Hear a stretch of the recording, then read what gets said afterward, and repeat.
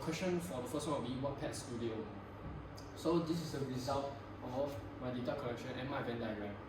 No worries, it looks complicated, but I will explain every single thing of it. So this symbol, which represents the universal set, contains of all elements within it. So what is all elements? All elements are within this circle, that circle, and everything else in the yellow border, right?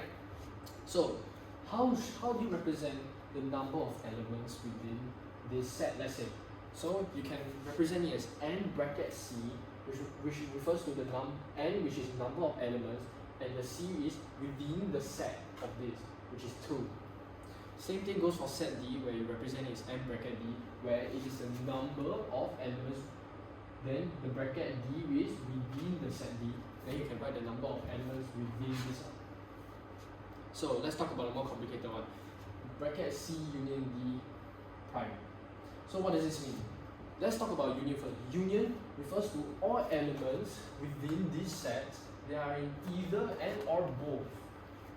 So I'll make it simpler by showing you some pictures of it. So it could mean that all the elements of in set C and D could be in either of them, or it could be in either and both of it. So now that we know what C union D, let's talk about the bracket prime.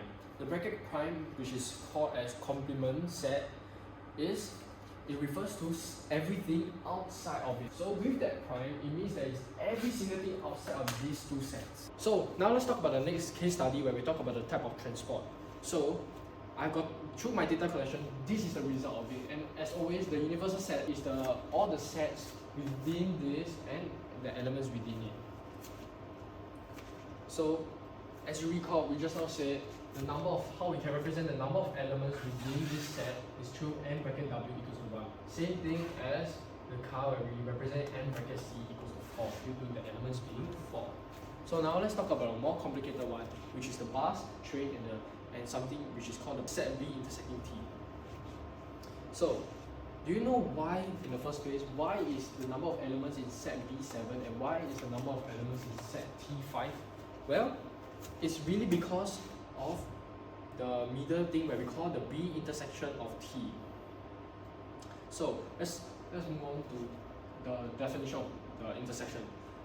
The intersection refers to the element which is common between these two sets. That means in these two sets, they have this element. So let's move back, and so that now we know that these two are common elements within these two sets. We know that Nirav is in both of these sets and Wayne is in both of these sets. So now that you know that,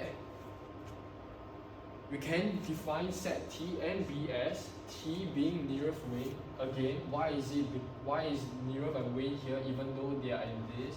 Is because of the intersection means common elements within two sets. Means these elements are in both of these sets. So same thing as set B. Set B, they have all these elements, and of course Nirav and Wayne are also in set B. Now we know all this. What can we deduce from Venn diagram? Use it is because it is quicker to understand and analyze the data easily, so people won't have trouble. If we were to use tables, there will be many problems coming out because it's very difficult to understand whether they are in common elements, they are in union, where they are in either of the sets.